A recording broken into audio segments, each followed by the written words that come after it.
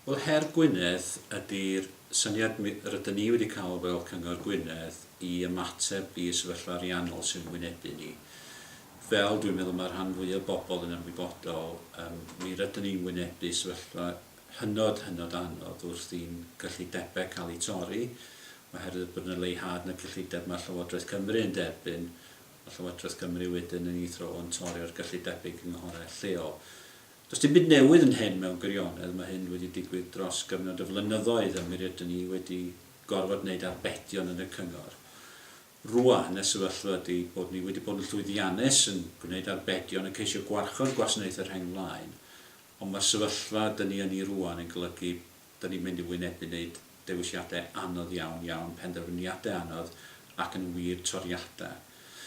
Ac mae'r sŵn dyn ni'n sôn amdano fo wedi newid yn ogystal i tua 50 miliwn dros y cyfnod nesaf.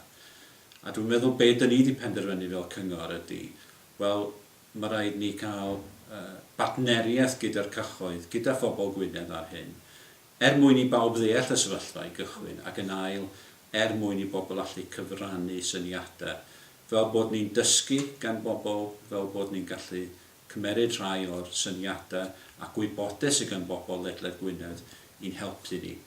Oherwydd y nod ydy yn y pen draw wedi dod allan o hyn dal gwarchod gwasanaethau ar gyfer pobl Gwynedd ac yn arbennig yr rhai mwy anghennus yn y cymunedau. Wel, beth dyn ni'n ceisio gwneud ydy gwneud y mor rhwydd ac sy'n bosibl i bobl allu cyfrannu a pa bynnag ffordd maen nhw'n gweld ora. Y dyddiau hyn, wrth gwrs, mae gan nifer fawr o bobl fynediad i'r we. Mae gen ni safle we ar www.gwynedd.gov.uk her Gwynedd.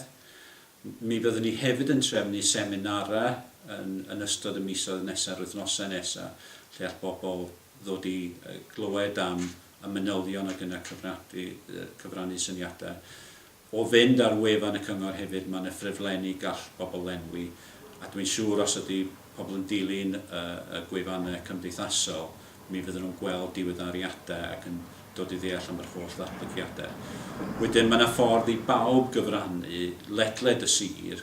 Dwi'n meddwl bod yn bwysig i ni trio cael y cydbwysedd rhwng pob rhan o Wynedd i ni wybod beth ydy teimladau pobl, ac i bobl ddeud wrthyn ni mewn cyfnod felly, mewn cyfnod lle mae arian yn mynd yn llai, lle dyn ni'n gwynebu anawsterau economaidd ac yn y blaen, beth ydy'r blaenoriaethau? Be mae pobl yn teimlo ydy'r pethau doed a ddel bod nhw yn dymuno i ni ceisio gwarchod a lle maen nhw'n fodlon gweld y newid. Oherwydd i ni fod yn llwyddiannus yn ystod y blynyddoedd nesaf, mae rhaid ni weithio fel tîm, fel partneriaeth, y cyngor fel y corff etholedig a phobl Gwynedd yn ogystal.